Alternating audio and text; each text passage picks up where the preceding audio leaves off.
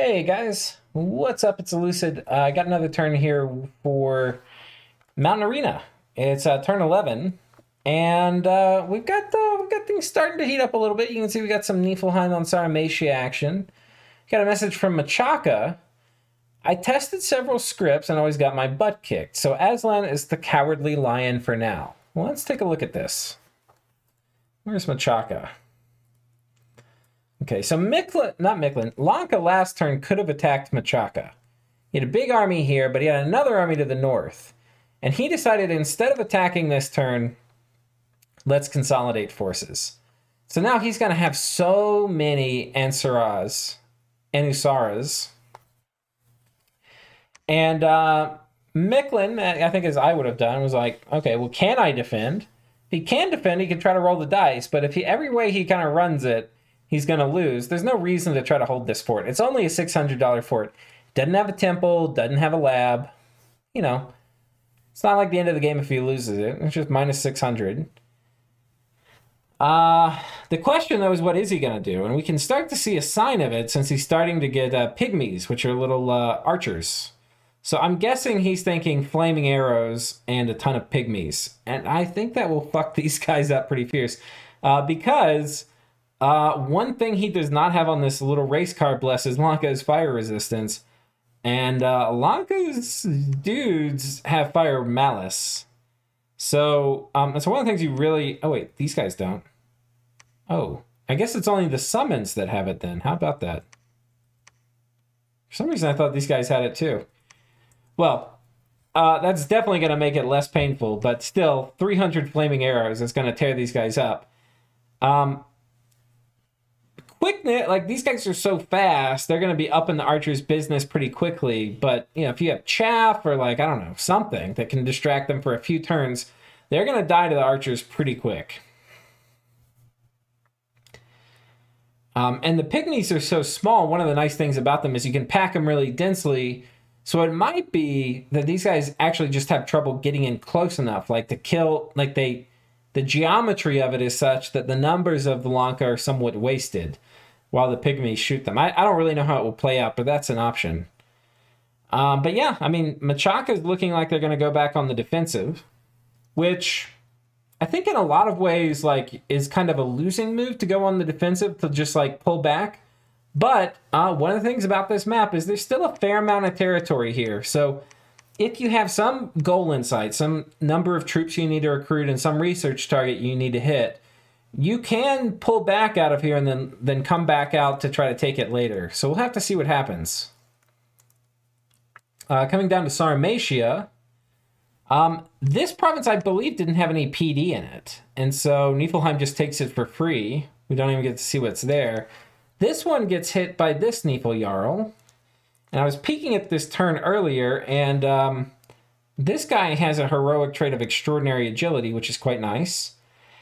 But this guy has a heroic trait of Soul Butcher, which is ridiculous. He has increased strength and causes fear, and he eats his souls, turning them into death gems.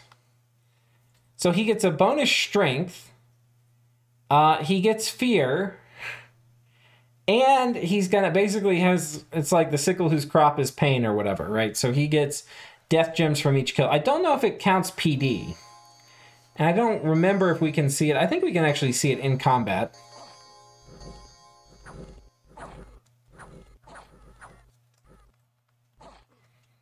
But yeah, I don't think those guys count. I think it has to be... Well, I'm not sure, but I expect it has to be real troops.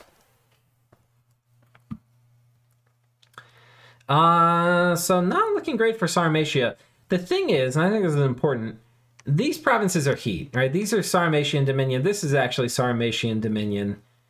And if these Niefel Jarls push out, I do think these troops potentially could kill them in heat. The reason is, instead of being really high protection troops like they are in cold, they actually get a pretty big malice. And they really don't have much protection in heat. Like it's going to be 9, so it's going to be 9 minus 6.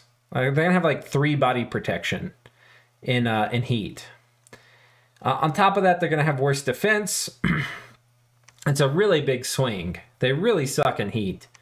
I mean, they don't suck. If you put really good gear on them, they can fight in heat, but it's a major, major, major malice. You won't be able to fight them in cold, but in heat, I think just the Oreopata can kind of come out and fight. If you want to push them out of your land, though, because eventually, like, they can preach here or whatever, like, they can get their dominion in here. To push them out, you probably need to be able to kill them in cold, which I think you can do. Like, water randoms for the, for these guys. They can do resist cold. The nature ones can do elemental fortitude. You could put the items on them that give them resist cold, like a ring of frost. The water ones can also do quicken self. And then you have to give them a good item and other chaff around them, and then maybe buff them with like luck or something, and cheat fate, and then have them go tear into them. I don't know what item you put on them. Like, I don't know the weapon, but I think it exists. You just have to figure out what it is. But then you could potentially fight them in cold. Like, Niefelheim is all in on Nifl Jarls, right? Like, you come up with a solution to kill Nifl Jarls, and Niefelheim is pretty freaking boned. That's more, the nation can do more, but he has horrible scales, right? So he has hardly any money. His cap only makes 200 gold a turn. Hadn't finished clearing all this out. If you can figure out how to kill a Nifl Jarl every other turn, Niefelheim is going to be in really bad shape. That said, the momentum of things right now is definitely in Niflheim's favor. Agartha takes this out with a pretty big squad of Sacreds. He's got like 5 dudes here in front, 5 melee dudes.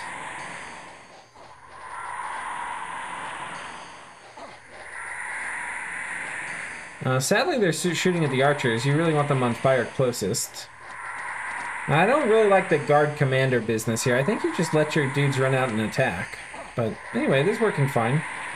I don't think he's going to take any losses. Yeah, that was clean. And Big Beautiful Saggy Mantits, Earth-Made Flesh. He is out here with a Black Steel Sword. He's got, trample boots now. Very spicy. Let's look at his script. Personal Regen, Breath of the Winter. Gift of Hair, Earthmite, so he's very tramply. And he comes with built-in reinvigoration. Once he gets summon Earth Power, he's going to have even more reinvigoration. I like the idea of putting these Boots of the Behemoth on him. I think he'd probably cast too many spells. So I don't know. It was fine. Wait, did he do one? What did he do at the beginning? His Gift of the Hair, I think, makes sense. Personal Regen, Breath of Winter, Gift of Hair. Earthmite. Yeah, you don't need Earthmite if you're not hitting things. Better take the turn to hold, get your fatigue back down, and then attack. Anyway, nitpicks, he crushes those. Has a fair amount of great items here. The question is, what is he going to do? Pick a fight with TNN? On one hand, when you freeze an elf, like when you paralyze it, the defense and those good stats don't matter for much, and all that matters is their hit points, which I don't have much of, so then you kill them. I don't think he would... We'll talk about this later. I don't think he'll win a bump here. Lanka, he could also choose to backstab. That would be an interesting move. Coming down to Vanheim... they've still got a province here they haven't taken. It's worth a tremendous amount of income. I mean, shame on Vanheim for not taking this. I mean, this is so much money. It's like half a cap. He does get this, though, but loses a commander, it looks like.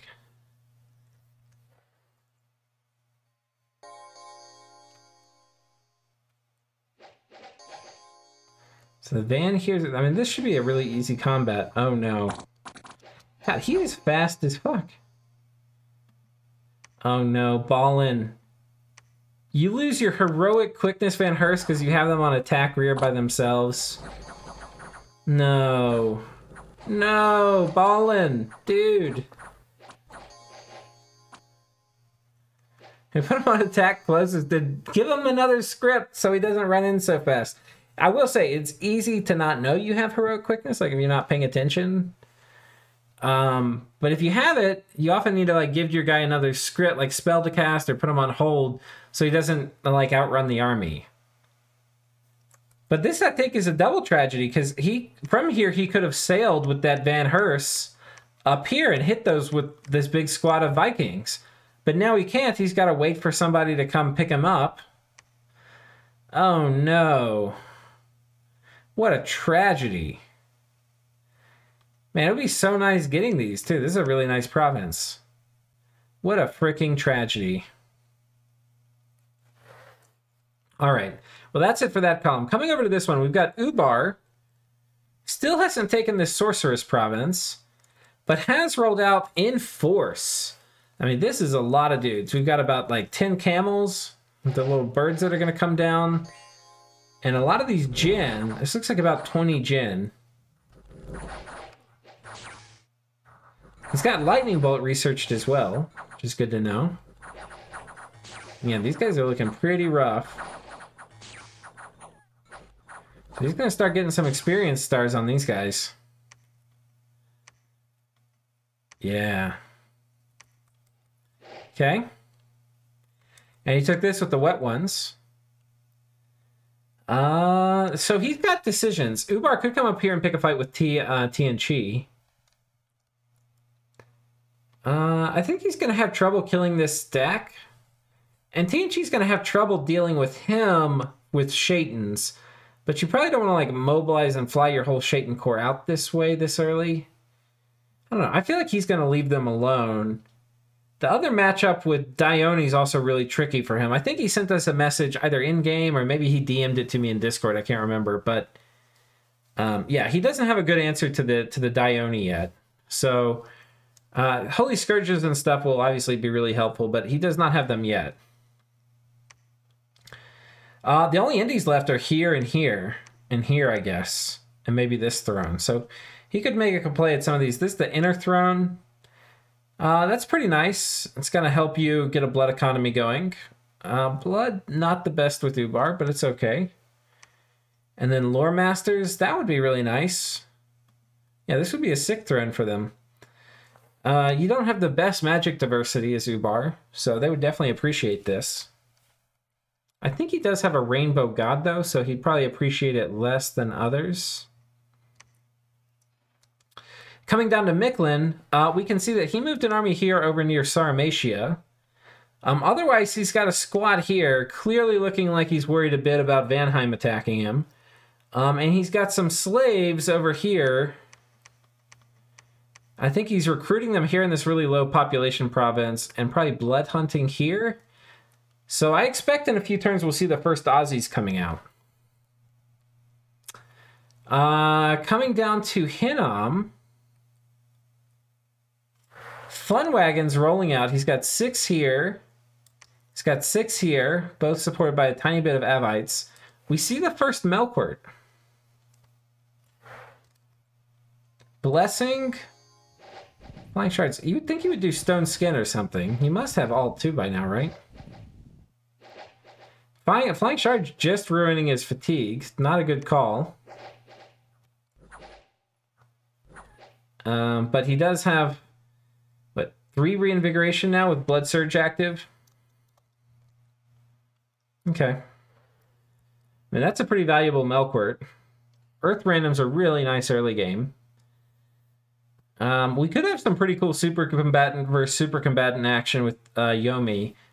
We'll talk about Yomi's moves here, but it's looking like for Hinnom's part, there's a bump very likely if they go here. Depending what Yomi brings, I think would determine how this bump goes, because Hinnom's not able to get these Fun Wagons over here. To cross this mountain range, actually, you're going to have to come down and go through. So that's going to be a bit interesting. Niefelheim, we've already done. They've been messing with Sauromatia. And they got another Niflheim headed over this way. I think this Niflheim is going to make a pit stop and take this, is my guess. But maybe he's going to come up and start messing with Sauromatia more. And that's it for Niefelheim. Coming over to this column, T and Chi. Big army here. Small army expanding down here. Not very clear what his war is going to be. I would think it would be with Hinnom. I think one thing you need to think about if you're Tianqi versus Hinnom, if they're making troops, like the best troops they could actually make versus Warriors of the Five Elements is spamming like indie archers, I think. Or maybe some kind of slinger. But if they're making their melee troops, you do not want to get into melee with Warriors of the Five Elements. The only thing that's going to be good against them are these. And they're not going to be amazing because it's a defense check on trample. But one thing that's going to kind of ruin all of that is the mage Tianqi gets is actually a foreign recruit. So you can just do a lab and temple. And each of these are going to be beneficial with some alteration. The nature ones are going to be nature water, so you can do moss, body, and protection. The astral ones are going to be able to do body, ethereal, and luck, which are both really, really good. And the water ones are going to be able to do quickness. So all these are going to be really, really good. But I think to win decisively, I think what you would probably do as Tianqi is get a doom stack and bring like 10 mages and have them point buff and go attack. But you have to be careful that Ubar's committed, because you know, Ubar could come over here and knife you while you've got your stuff in Hinnom, and it's basically over, right? Like, you know, they pop your forts quickly, you don't have mages to defend, he could have a few Shaitan mixed in, seducing your dudes. It can go downhill really quickly. So you probably want to, like, research up, maybe get another fort, try to get some more mages, and wait for Ubar to commit on a war before you go mess with Hinnom. That's what I would probably do. Lanka, we've already seen this death stack. Before it was like up here and down here, now he's combined it. Almost certainly he's going to be going on top of this fort next turn. Aside from that, he's got some Ko-Oni down here, which he's been recruiting out of this cave. And there's you know, his gods in here. He's making more Anusaras here. This is a super valuable province for Lanka, by the way. They don't get water access. They would love this. So it's going to be interesting to see if Agartha capitalizes and takes all this land while he's committed to fighting Machaka. I mean, this he definitely wants as Lanka. And then Yomi got attacked by villains here. So let's look at this. They've got a pretty big army here that expanded. 2 Dione. Okay, now we've got a problem. These guys are running out in front of everybody, right? And that's because they're faster than these Ko-Oni, but they're in the same squad. So one of the things you need to do if you're going to be a real sweaty tryhard with Yomi is you need to put these guys in their own squads, and you have to space them out based on what you think you're going to be fighting so they arrive at the same time as the Ko-Oni. Or you have them in enough mass so that you don't care if they run in by themselves, because, yeah, they all died. So, yeah, that was kind of just poor scripting. I mean, these guys are really valuable. So, yeah, it sucks that he lost them. But he has a decision to make. Does he split and try to take both of these? This is obviously really risky to bump Hinnom. And you might think, okay, Dione are going to crush these guys. We talked about last time, because these guys do armor-piercing damage and they're bigger than Dione, they will kill the first form very quickly. And then they'll be in the second form where they normally run. And these guys are going to have trouble trampling them while they're in the second form. So these guys will kill just the Dione, but this is not just the Dione. This has like 13 Ko-Oni. When these guys get split up so they're not all in the same tile, which will basically happen after the first trample, which will also probably kill them, but put them in an ethereal form, they're going to be really, it's going to take a long time. This is like a huge quagmire for tramplers, right, to kill all these. So if you have other things that are there, like Dione, like 2 Dione that are mixed in with Ko-Oni, they'll just kill everything while the things are trying to trample the Ko-Oni. I mean, even 1 Dione might be able to kill everything while this is trampling the Ko-Oni. But, you know, Dione could also get unlucky and get, you know, beat down and rout pretty quickly. So it depends. But if you split, the thing is, you can also look at it this way. There's barbs here. You don't want to send a Dione by himself into this. So he's probably going to be inclined to send the army up here. Problem with sending the army up here is the Dione by himself down here will lose. So I think the safer move is like send the whole army here. But that's only if you know you'll probably bump, and if you understand the matchup that these guys are going to kill a single Dione. He might not even have a scout here, so he might not even know a bump would come. So that is Yomi. And Tian'an, they've got some Kappas here hoping to take this underwater province, but this is Shark Tribe. We've already been talking about that. He's got a big boatload of these guys here.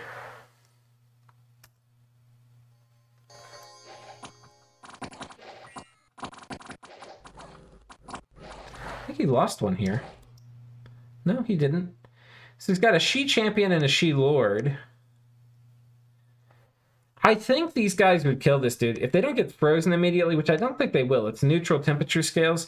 If they bump here, I think all these guys will kill him because they have a 4 strength bless and they have piercing damage. So they're going to be hitting for like 22 damage with piercing. They'll kill this guy really quickly. But if they don't kill him very quickly, he will freeze their ass. So it's like... And he does, I mean, he's a beefy boy, right? But it's like it's a critical mass thing, right? Like if you have 4 guys hitting him, 5 guys hitting him, 6 guys hitting him, 10 guys hitting him, you might be right at his regen threshold, right? But if you have like 40 or 20 guys hitting him, you might be well past it. And he's pretty killy. Like, so that's the other thing. If you bring 10 guys, he's going to kill 2 of them pretty quickly. Bring 20, it might take a long time. But that's the question he has to decide is, do I risk a bump with Agartha here or here? Because Agartha could go to either. Or do you take this army and maybe move it north? Try to take these guys out. It's also possible that Lightning Bolt would be really good against this guy. Like maybe you get a couple stuns through the course of battle. It's certainly going to do some damage too. Help, get past that regen threshold. But I believe this is Agartha Dominion, yeah. So he's going to have his Chill Aura here from his Bless. He's going to have the regen plus personal regen. I mean, he's going to be very tough to kill in here. So if you bring everything, if you attack here, you probably need to bring everything. Here, this is... Okay, this is Tian'an Dominion, so Agartha's probably not going to want to move here. He's probably going to want to move here. Also because it's a farmland. And because it's going to give him access to this water, which he probably wants. So that's interesting. I think this could kind of go different ways. And I'm speculating on how the matchup would go if he brings the whole army here and tries to kill him. Could be this guy just beasts the whole army. Especially if he's got like maybe Iron Skin or something. That could put him over the damage threshold. We didn't see that in this script here, but it's possible it's researched. And I think if he has Iron Skin, these guys probably will just be reduced to meaningless chip damage. What's his natural protection, though? I forget. 14. Okay, Iron Skin's not going to do a ton. It'll do something. And Summon Earth Power would also be +1 more protection. Yeah, I don't love Earth Might. But that's that. And that brings us back to Tianchi. And I believe the end of this episode. So tune in next time. Find out if Lanka attacks Machaka. Find out if Sauromatia is able to kill any of the Nephil Jarls that are harassing their borders. And let's see how this plays out.